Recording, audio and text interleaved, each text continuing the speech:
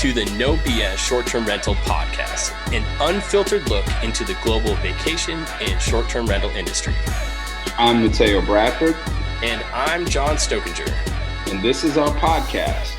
We bring the right people to the table at the right time, giving you an inside view and take on the short-term rental industry like no other podcast can. Good morning, Mateo. How are you, man? Oh, John. Fantastic, man. Does the answer change? No, it never does. Season 2, episode 10. This is a special one for me. I'm pretty excited. We have an amazing guest who just happens to also, be someone that I work with day in and day out. So we're pretty excited to go ahead and to kick this off. But what anything new between last week and this week for you? There's always lots of things going on. Nothing crazy. Nothing really crazy in the world going on. Just the year's starting strong. Lots of good momentum going on lots of different fronts. So, it seems like everyone's just digging in and getting to work and getting our lives back to order. Travel looks like it's picking up. So, I'm rolling with the momentum, brother. It seems that I think the biggest news these past weeks are just more of everyone coming together as what are the shows going to be? What are the different? There seem to be the Book Direct show, new show. Shout out to Will and Damien it's for gonna that. Be in Miami. Looking forward to being in Miami. November. Amy Highnote came out talking about all of her different shows that she's putting on. I think she's got like 5 or 6 different regional shows, and then plus the DARM conference. Yep. Shout out to Amy. Yeah, there's some big things going on with regards to that. But let's go and let's not waste any time here. I want to go. This has been a long time coming. We've been wanting our guest today on for a while. Yeah. Well, she's busy and she put us off a little bit, but not her fault. Let's go ahead and introduce. I hope that's not a reflection of you, man. It totally is 100% a reflection. Yeah. Okay. And she's like, "Are you kidding? I have to do this." Susan Ho, revenue leader for Hopper Homes. Thanks for joining us, Susan. Mm-hmm. Thanks for having me. Glad I could finally make it. Well, this was not my fault. I know, John, there was a press embargo until we launched Homes. So we finally did. And now I can talk about it. Yeah, don't let him off the hook that easy. That's all right. We just like giving shit here on the No Bullshit podcast. So again, thank you so much for joining us. Of course, we're going to talk Hopper. We've been in the media. There's a ton of amazing things that have been going on lately. But I want to go ahead and learn, and I know our audience wants to learn a little bit more about, who is Susan Ho? How did I know that from that Journy. I get it. How did this person who has no background in the vacation rental industry end up running a division of a company that is building out their presence in vacation rentals, right? Well, I think. How did you get into the space? Yeah, because it wasn't just Hopper, right? It's nope. Okay. No, and your resume is if anyone were to just go ahead and explore your resume, it's intriguing. And it's stop being nice. She does big things. Look at that resume. It's massively impressive. So let's. So how did you stumble in? Why Hopper? Why vacation rentals? What put you here? Well, I was running a travel concierge company for about 7 years called Journy. So the whole premise of Journy was using tech and machine learning and AI to essentially democratize luxury level trip planning services, right? So instead of paying, having to spend $10,000 to $20,000, $30,000 plus on a trip to be able to get somebody to custom design it for you, our customers could pay $25 or $50 per day of their trip. So basically, if you have a 4-day trip, you pay $100 or $200 for us to plan everything for you. The difference between the two pricing tiers is at the higher price, we actually take care of restaurant reservations for you. We give you live 24/7 chat access to your concierge. So if you're like, I'm running late for this reservation, can you let the restaurant know? You can chat us and we'll take care of that for you in real time. So that was the premise of the business. I raised a little over $4 million of venture capital funding for that company. And we were doing very well. We were growing really nicely. And then the pandemic happened. And, that was a rough time, I think, it's like everyone's story. Travel, right? That's like, and then the pandemic happened. And then the pandemic happened, right? Yep. Yep. And I remember, Japan was our biggest market and was the most popular destination that we planned trips for. And I remember, February 17th, that cruise ship in Yokohama Bay. And, we just had mass levels of cancellations from Japan. And then it spread to Italy, which was our second biggest market. And then it spread to Greece, which was our third biggest market. So, it was just a cascade effect from there. And, I'm sure so many companies in this space can relate as well, kind of before people started realizing, oh, hey, staycations are a thing, or hey, I can travel domestically, and things started picking up for this for this segment. We pivoted. We got 2 rounds of PPP funding to just try and survive, and it came to a point where, look, we said international travel is not going to come back anytime soon, and the writing's sort of on the wall, and I have a team to protect. I have a team of people who all, left great jobs and great opportunities to join me on this crazy, dream that I had. And, my job was to make sure everyone else still had a job at the end of this.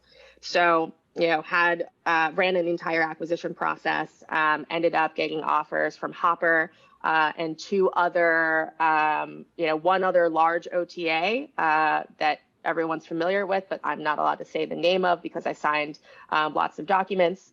And then another large traditional media company in this space that also, very, very high brand recognition, but again, I can't mention it. And ultimately, Hopper was just the best opportunity, right? And it was a company that was really innovative, that was growing really quickly, and where, I and the team were promised a lot of autonomy in how we work, which is, John, you've seen how this play out, right? Like, we basically are able to set our own roadmap. We're able to say, hey, here's what's important to this market, if this is what we want to get done, and we can do things our own way, which is so great compared to, some of the other OTAs in this space that are very rigid in their approach. So that's very interesting. So I want to back it up a little bit prior to you getting into Journy, and really what made you make that decision. Prior to us coming live or recording, we were talking about things that you did in your past. You can look on your LinkedIn page and see that you were one of the co-founders of Fashion Week at Penn, and now you're seeing that you're coming into a concierge travel space. But that wasn't you didn't just wake up overnight and be like, oh, I'm going to go here? Or was it that? Like, did you have a love of travel? Did your love of kind of fashion and lifestyle bring you into that space? Tell me a little bit about that. I always love travel. So when people ask me the question, where are you from? I'm like, oh, okay, deep breath. Are you ready for this? So I was born in China. I left when I was 3 years old. I lived in Tucson, San Francisco, Portland, Oregon. When I was 11, I moved to Shanghai. I was in Shanghai American School, international school there for 2 years. And then I went to boarding school outside of Boston. I flew back and forth 3 or 4 times a year. By the time I hit college, and I was also flying back 3 or 4 times a year, I probably racked up 500,000 frequent flyer miles. And so if somebody was like, hey, let's go meet in Paris for this weekend, I'd say, all right, cool. I have a free flight. I can do that, which is completely ridiculous for a college kid, right? And that is sort of how my love of travel came about. And the idea for Journy actually started at my second job out of school. So my first job out of school, I went to Wharton undergrad. I studied finance and marketing, was at the Boston Consulting Group. So I was a consultant. I was a 22-year-old kid telling, CEOs of billion-dollar companies what they should do with their business. So if you wonder where I get my swagger from, that's where. And the next job I took was at a e-commerce design fashion startup called fab.com, which was really, at the heyday of flash sales, right? So, Gilt Group and Rue La La and, Ideal, like Zulily, all of these companies were coming up around the same time. And Fab was probably the fastest growing one of them all. The company raised $350 million plus and tanked it all in 2 years. So that was a wild ride. But while on the upswing of it, I was there from about 100 employees to 700 employees. At the height of the company, I was 25 years old, managing a team of 120 people across New York and Berlin that I had hired out and built. And there was a period when the CEO came over to my desk and basically said, you have to take a vacation in the next 3 months or you're fired. And, my response is, okay, do you know how much I have to do? Like, I had to do so much work to just clear my plate to be able to go on vacation, much less have time to plan my vacation, right? So I went with a friend of mine from college. She's an investment banker, so she's in the same boat. She's got zero time to plan this vacation. So we're able to book our flights. We're able to book our hotel, but we basically land in Buenos Aires. Our trip was to Argentina, and we ended up spending, like 15 hours in our hotel room on really crappy Wi-Fi, trying to figure out what to do and where to go. And we ended up in a restaurant surrounded by American tourists. And I think it was maybe 3 different nightclubs surrounded by 16-year-old boys, which was not how we pictured our one big vacation a year going. And, coming back from that experience, it was just kind of like, okay, I'm an internet savvy millennial. We, had some time to research and plan, but not very much. And we have some disposable income. But why is it that I couldn't get, a high quality vacation where I felt like, wow, I feel rested, I feel recharged, I feel culturally stimulated. Why was that so difficult? Right.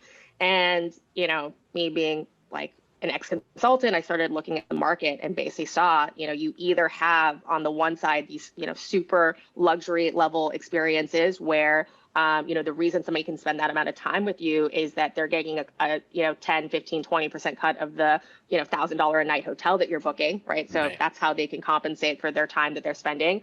Or, you get something cookie cutter where you spend not that much money, but you're on a bus with 20 to 30 other people, right? And there wasn't anything in between. And a lot of the work that I'd done at fab.com was around using technology to automate very manual processes.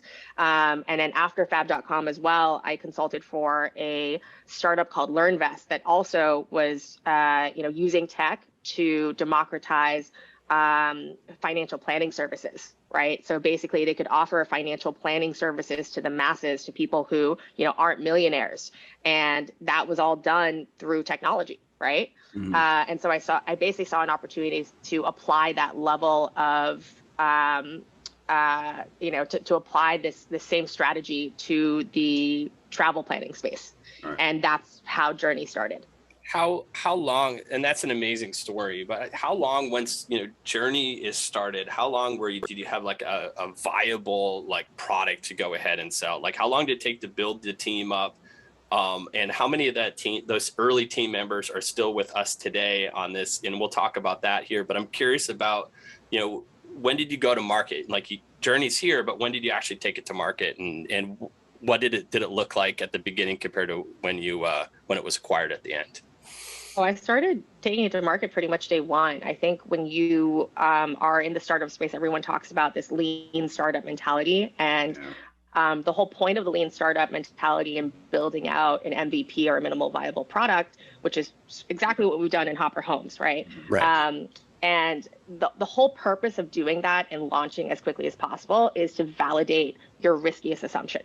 So when I first started Journy, my riskiest assumption was, can we actually plan a quality trip when, I've never spoken to this person on the phone or met them in person, and we just go back and forth over email, and are they going to trust me to actually plan it for them? And are they actually going to go on the trip and take the recommendations, right? So I planned like the first 60, 70 trips by myself, just, me alone, just like working and trip planning, sending out emails to friends. Hey, who's got a trip coming up that they'll let me plan? People started coming back from those trips and raving about them and saying how great they were. My next riskiest assumption was, will people pay for it? And so I actually built the first version of Journy's website. I learned HTML and CSS. I learned how to code. And I spent some money putting Google ads against this landing page where people were searching for keywords like custom trip planning services, et cetera, et cetera, et cetera. And so you'd basically go on the site and then, click like get started. We pretended like we had the product, but we didn't really have the product, right? And then it would be like, oh, thanks for your interest. We're launching this product soon. If you're interested in hearing about it, put in your email. And I knew if I couldn't get at least 2% of people to even give me an email address, they sure as hell were never going to give me their credit card information. Right. So that is the riskiest assumption that I had to test, number two. And sure enough, about 5% of people put in their email. And so I said, all right, okay, there's something here. There's enough to continue. Cool. And then, I got an engineer friend of mine to help me build out a Stripe integration where we actually started getting paid to do trip planning. And I think initially we charged $50 per trip plan because it was just the easiest thing to do. We didn't want to calculate number of trip days or things like that. Again, right. MVP. So, somebody could have paid $50 and I planned a 10-day trip for them. That's insane. But I did that.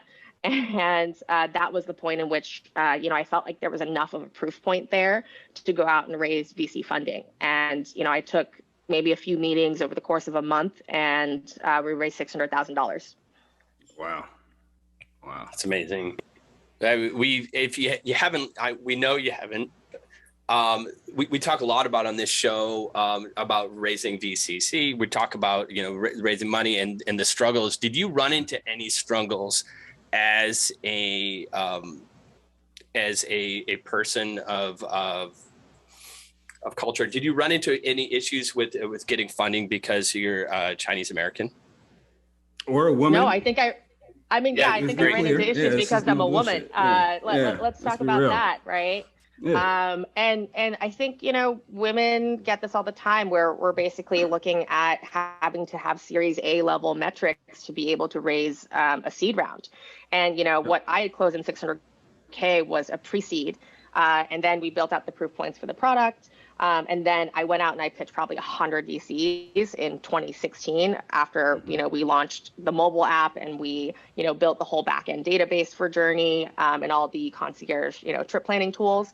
But, it at that point, it wasn't enough. I didn't spend enough money on marketing. And I think, maybe again, who knows, right? But, there's certainly the sentiment amongst female founders and in, the venture capital funding space where a woman will need Series A level metrics to get a seed round and will need Series B and C level metrics to be able to raise a Series A, right? There's certainly that pervasive sentiment in the space, whereas a man can, show up with a great PowerPoint presentation and a great vision and, this huge market potential that they pitch and get funding. Right. Well, the reason I asked, I'll let kind of Matteo get into this is, the struggles that he and Anthony and some of our others with diverse backgrounds are having, just actually like being recognized as a viable, and it's hard. It's terrible. Yeah, I mean, I feel like it's a broken record. I think we all kind of know about it, and we talk about it in back circles, right? It really speaks to what you just said. Got certain people can go in and their business plans are taken for what they are. When we go in and this isn't something native to Anthony. All right, we've learned through this process kind of what people go through.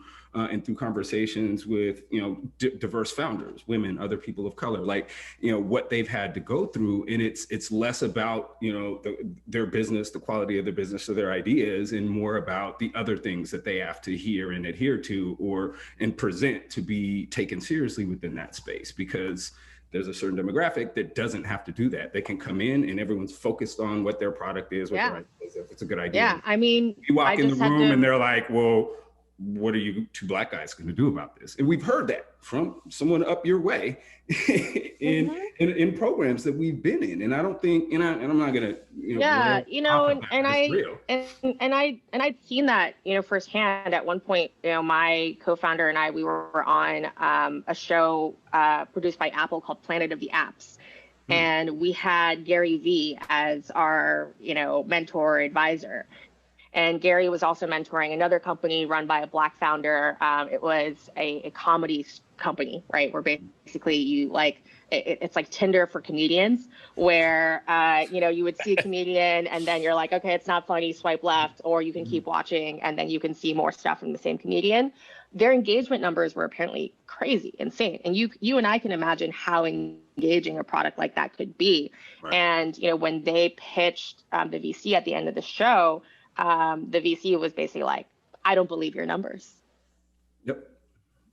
And that's completely crazy. That is completely crazy. So, I faced the same thing. I had venture capitalists and I had partners tell me, hey, really like you and your background, really like the idea of the business, but you're never going to make money doing this. Like the economics are never going to work.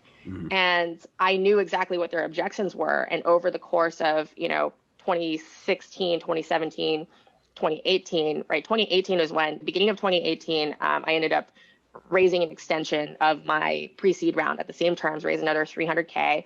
And this was right when at the end of 2017, I basically hit rock bottom, right? I was doing this Planet of the Apps show. The producers were flying me into LA. And then an investor said, hey, come in a day earlier. I'm having this, I'm throwing this event. You'll meet a bunch of investors. So I had the producers change my flight to a day earlier. But then I realized I have hotel for the next night, but not tonight. And so at the end of 2017, I had $50 in my bank account because I put everything into my company. I maxed out every credit card that I had. Wow. I was about to cash out my 401k to just be able to float the business a little bit longer. And I remember meeting with one of my then investors at the time who basically was like, his advice was, it's not going to get any worse than this. Great advice. Great advice. Right. But he was right. Look, I ended up, connecting with an investor at that event. It paid off. We raised $250K from that investor. We raised another $50K from another angel, and I really, really hunkered down. That was, I knew that this was my only shot that was left.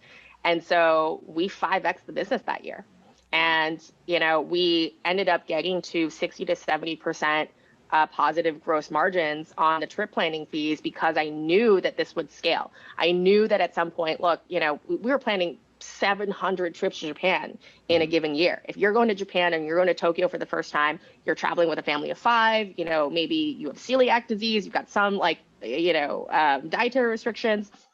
We literally already had, maybe half a dozen trips for people who had similar preferences and similar needs. And our trip designer could use that as a starting point for your trip. And so we made it so that our one Japan trip designer could plan 200 days of custom travel in 2 days of her time, right? That scales, that works out. Right. And I was just on a mission to prove everyone wrong. And so by the end of 2018, I went out to SF. I had 9 meetings in 2 days, and I had a term sheet on Friday. I had another term sheet on Monday. I had another term sheet on Wednesday. And every one of my investors said, this is the fastest that we've ever seen a round close. And, I just knew I had to be super, super over prepared. Every objection that they had about the business back when I pitched in 2016, by the time 2018 rolled around, I had fixed. Wow.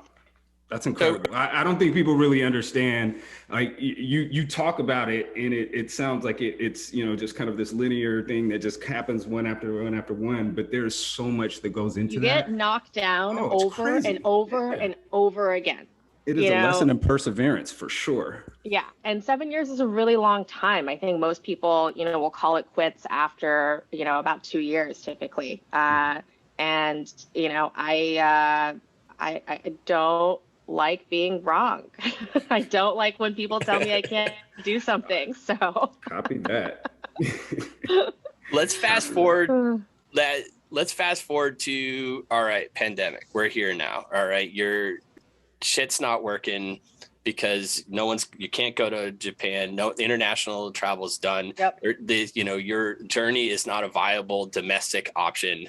No one really needs to, trip plan, to that extent. I mean, we tried that. It's kind of like, okay, you want to go to a national park, everything's available online in English. You can figure it out. You got this, right? Whereas you want to go to Japan, it's kind of like, do people speak the language? I'm not sure. How do I even make a restaurant reservation when, there's no open table? Like, I'm not sure.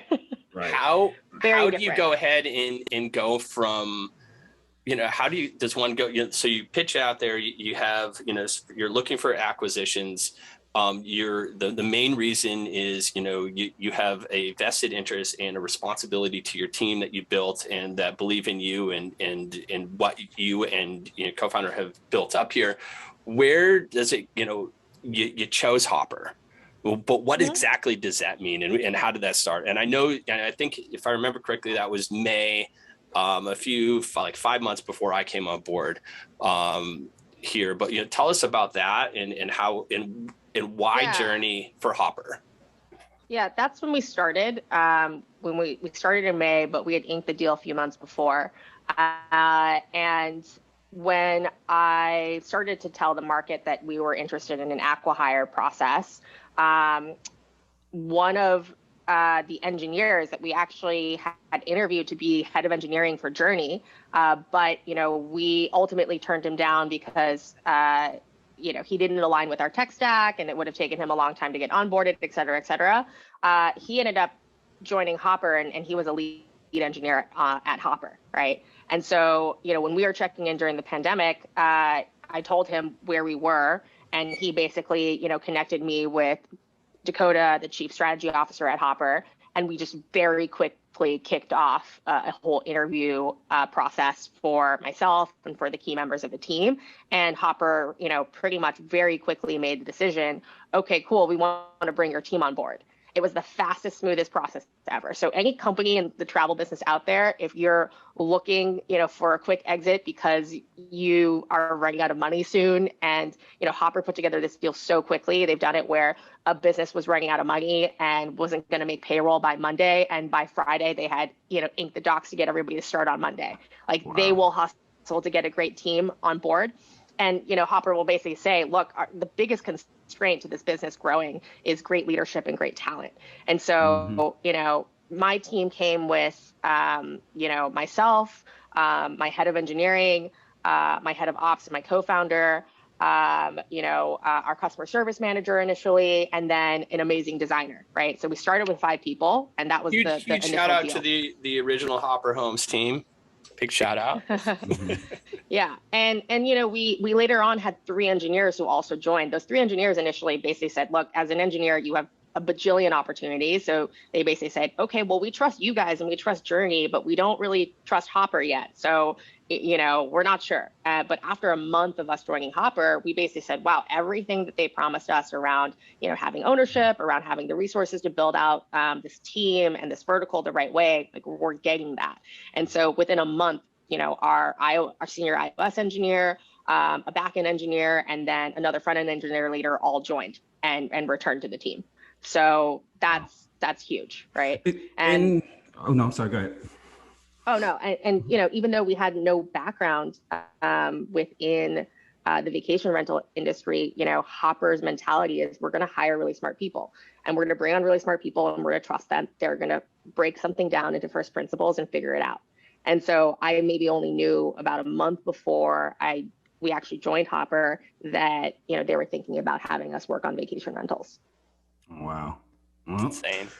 And for those who don't know, and maybe it's good for us to go a little bit into, Hopper's you look into Hopper, you see Goldman Sachs, John, there's kind of this, idea that the big bad companies that are coming into the VC area, in the VC space. Talk about like how is that affecting, in your guys' experience with Hopper, Goldman's a big bank. They hold a lot of weight and a lot of muscle, but also a lot of experience and resources. So how has that been? And is their influence felt with what you guys do in your experience? I can't really speak to that. I'm not in those conversations. That's probably a question for Fred, the CEO, for Dakota, the chief strategy officer. I do know that, there's a huge push within Hopper to want to maintain our own independence, right? Mm-hmm. Technically, look, Hopper could potentially IPO today, but we don't want to IPO as a small cap tech company on the NASDAQ where a large investor could concentrate ownership and then start to tell us what to do. Right. Right. So that's big, right? Yeah. And that's not what we're looking for. So, that's all I can say on that piece. Fair. And to expand, but not to expand, the different parts of Hopper being, there's, flights, hotels, cars, now homes, and there's also Hopper Cloud. We all work very independently. We're siloed different pieces in, and Susan mentioned that earlier. So a lot of our focus is how do we go ahead as in Hopper Homes and put out the best possible product we obsess and Hopper obsesses over our customers. I mean, that is our part of our our thread of who we are here at Hopper. And by obsessing over our customers, we have the ability to go ahead and really understand what the vacation rental, market needs.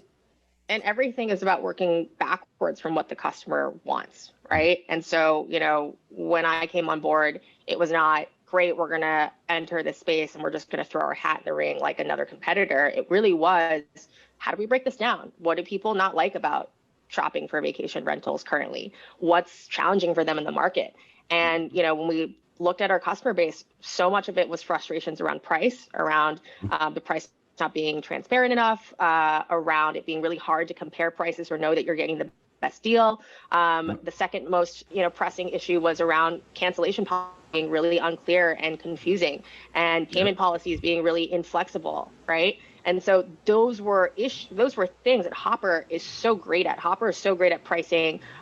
We see this, and we've done this in other verticals as well. We'll multi-source inventory so that, we are making sure that we're giving you, the channel at which that is offering the absolute best price for you, so you can trust that you should just always book on Hopper. The only reason not to book on Hopper is because you like to pay more, right? That's one of the key parts of our strategy. The second part then is around, how do we address the cancellation payment policy flex piece, right? And you see all of the fintech products that we've launched in air, in hotels. All of this gives the traveler peace of mind to protect their investment in travel.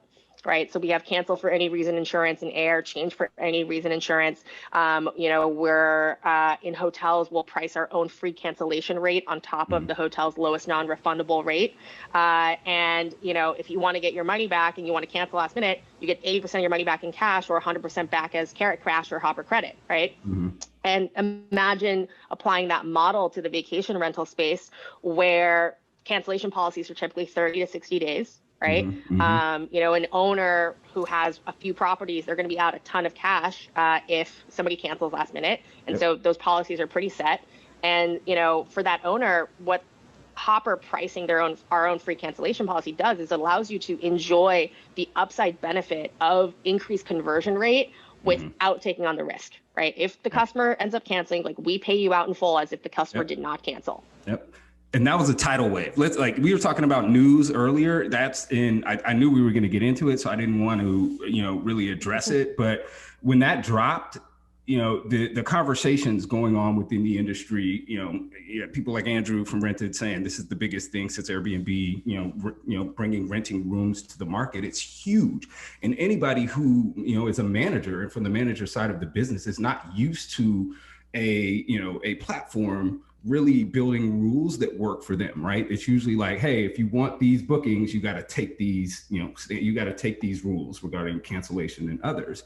This blows that up, right? And now you see something that's actually a value add to, and again, I'm not selling the product, but I think the concept is actually something that's very beneficial to managers within the space, because it does insulate those businesses. As a manager, when I lose bookings, that hurts the bottom line.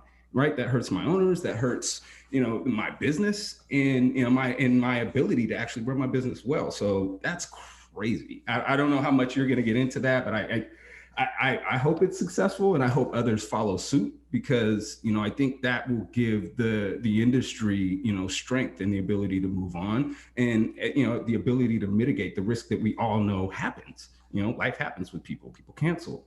And, if you don't have to keep getting the short end of the stick, I think that's great for the business. Exactly.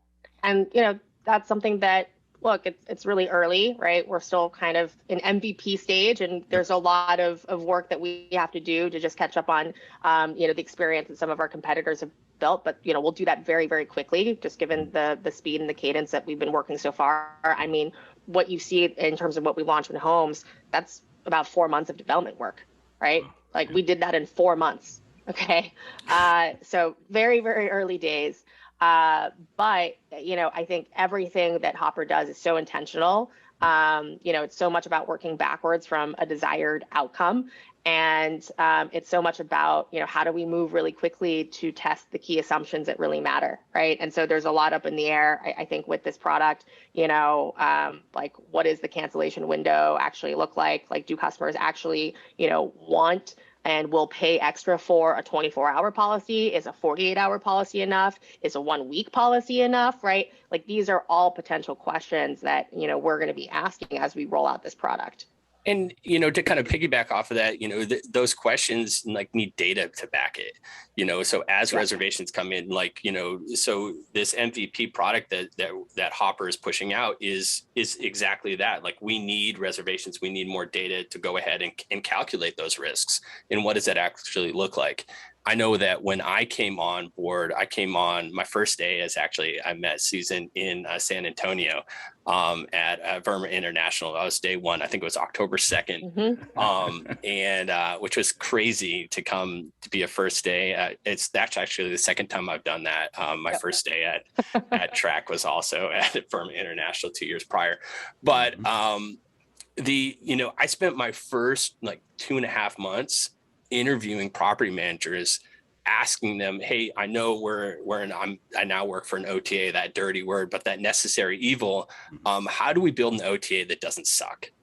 And I use those, how do we do that? And we've took all this knowledge and we took all these, and really put it in thoughtfully, just an amazing team behind us and that we're working on here, and put in a pretty significant product out. And what kind of was that a record, Susan? 4 months from development to release internally? I think it might have been, yeah. Again, we want to move quickly. We want to be able to start getting data as early and as soon as possible, so we can shape the proper direction of the product and not operate blindly.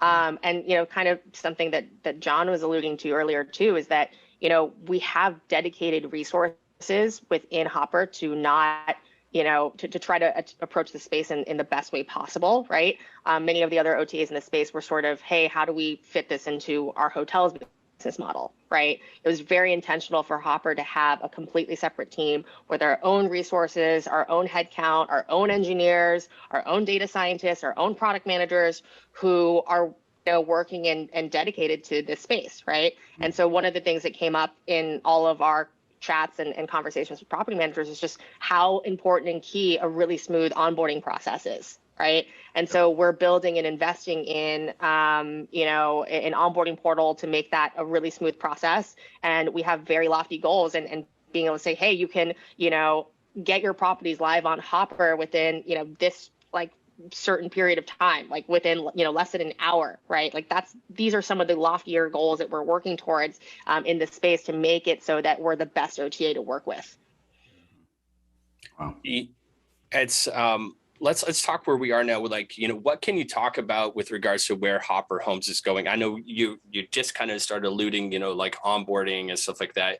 What is the, I know obviously from internally, we're building out a significant onboarding team. We're putting a lot of resources into account management, but where do you see Hopper Homes in a year with say regard to, or a year from launch with regard to say market share and where we're going in the future? Like I said, it's really early, but if you look at our hotels business as kind of an analog for what could be possible within homes, I mean, look, we're doing over $2 billion worth of travel. And for the first time, more than half of that is no longer just air, right? Right. And a good chunk of that is the hotels business, which is less than 2 years old. So you can kind of do the math on how big is the opportunity for homes. And we're already seeing that for homes, right, that the Hopper customer, given that the customer is younger, more Gen Z, more millennial, this is a group that is twice as likely than the average traveler is to want to book a home over a hotel, right? And so, when we survey our customers, we know 40% of them actually prefer a vacation rental home to a hotel, right? Only 35% have said, I prefer a hotel to a home. So if you think about these numbers and you think about where the hotel business at Hopper is today, you can kind of, put 2 and 2 together and see how big our ambitions are for this space within a short period of time. It's impressive. Yep. My next question for you is, oh shoot, I lost it. Mateo, go. I had it right there.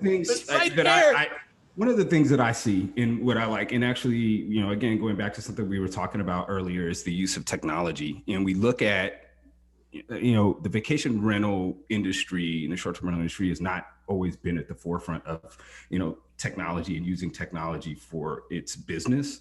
I see it from a different aspect, and something that you said earlier when you were talking about your experience at Journy in using technology as an equalizer.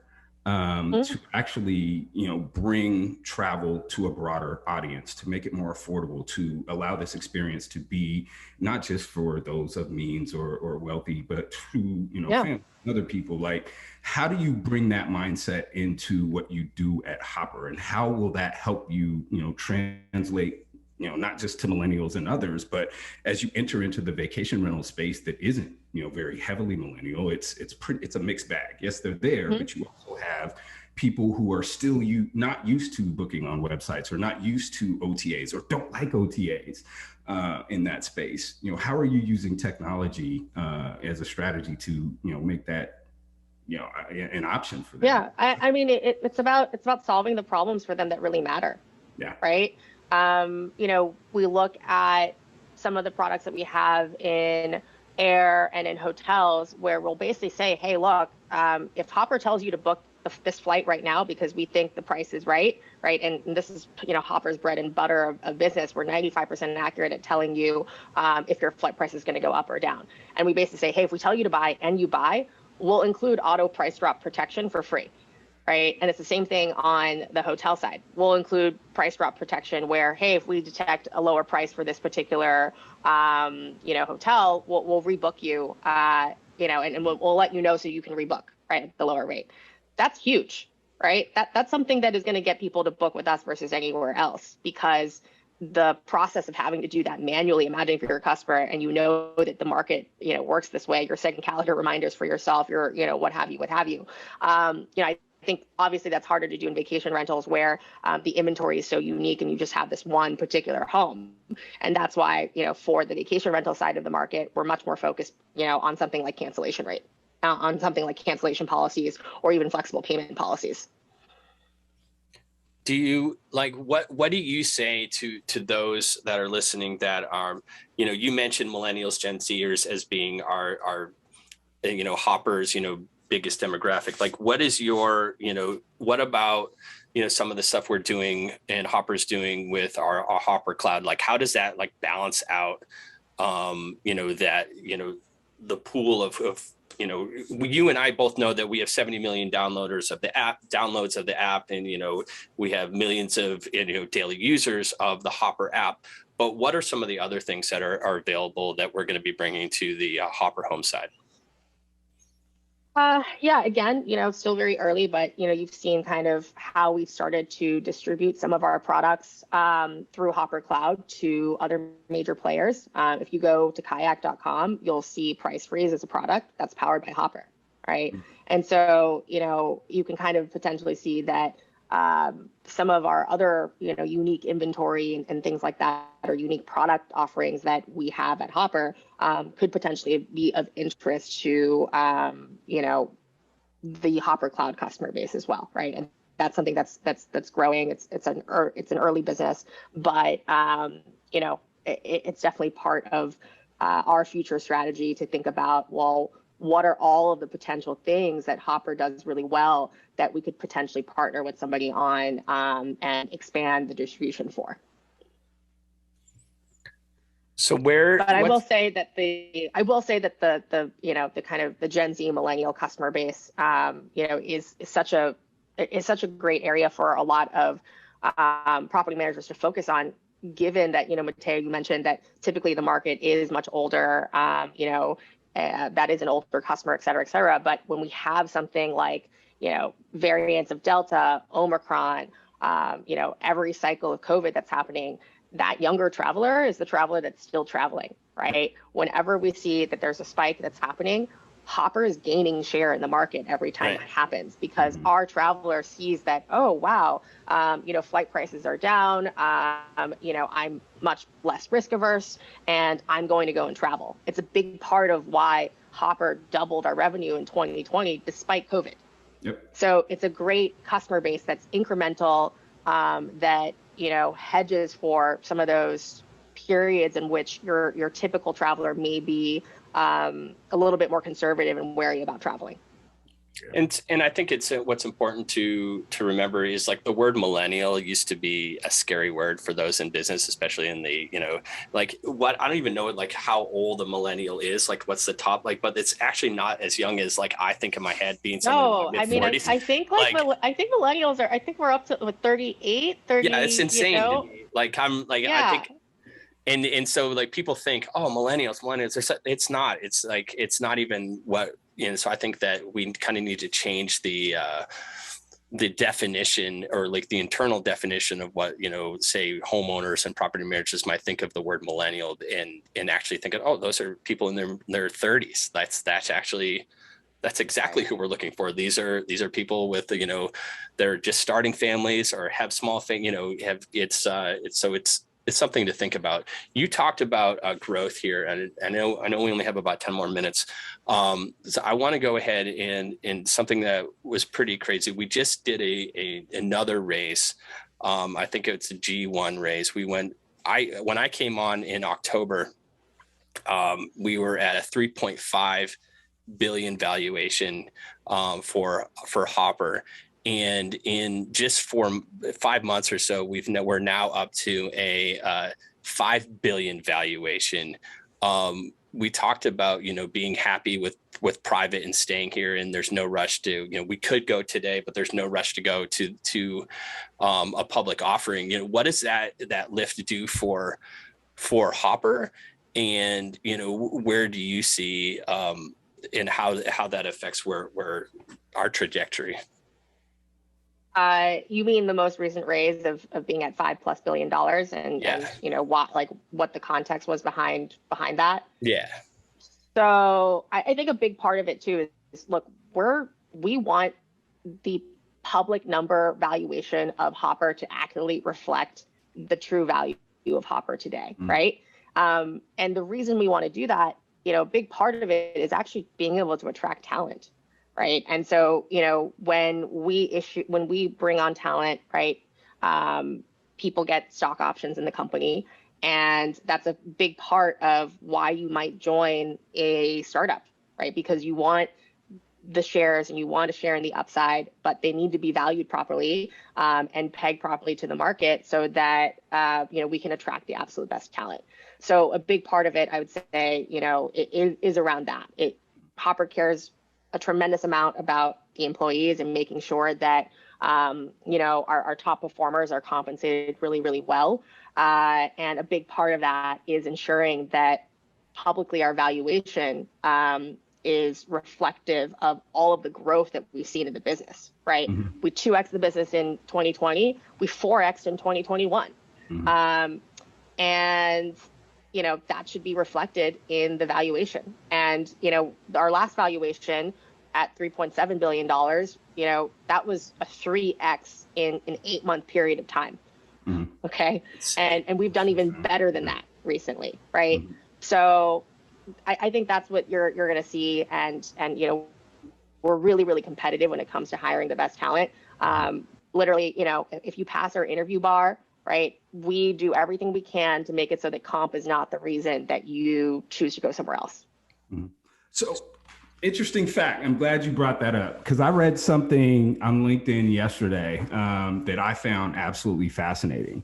I can say their name because it was actually, I'm just referencing it, but Amazon is just announced that it is raising its salary cap for, you know, upper level employees, I think for VP tiered employees, to like $350,000 a year across the board.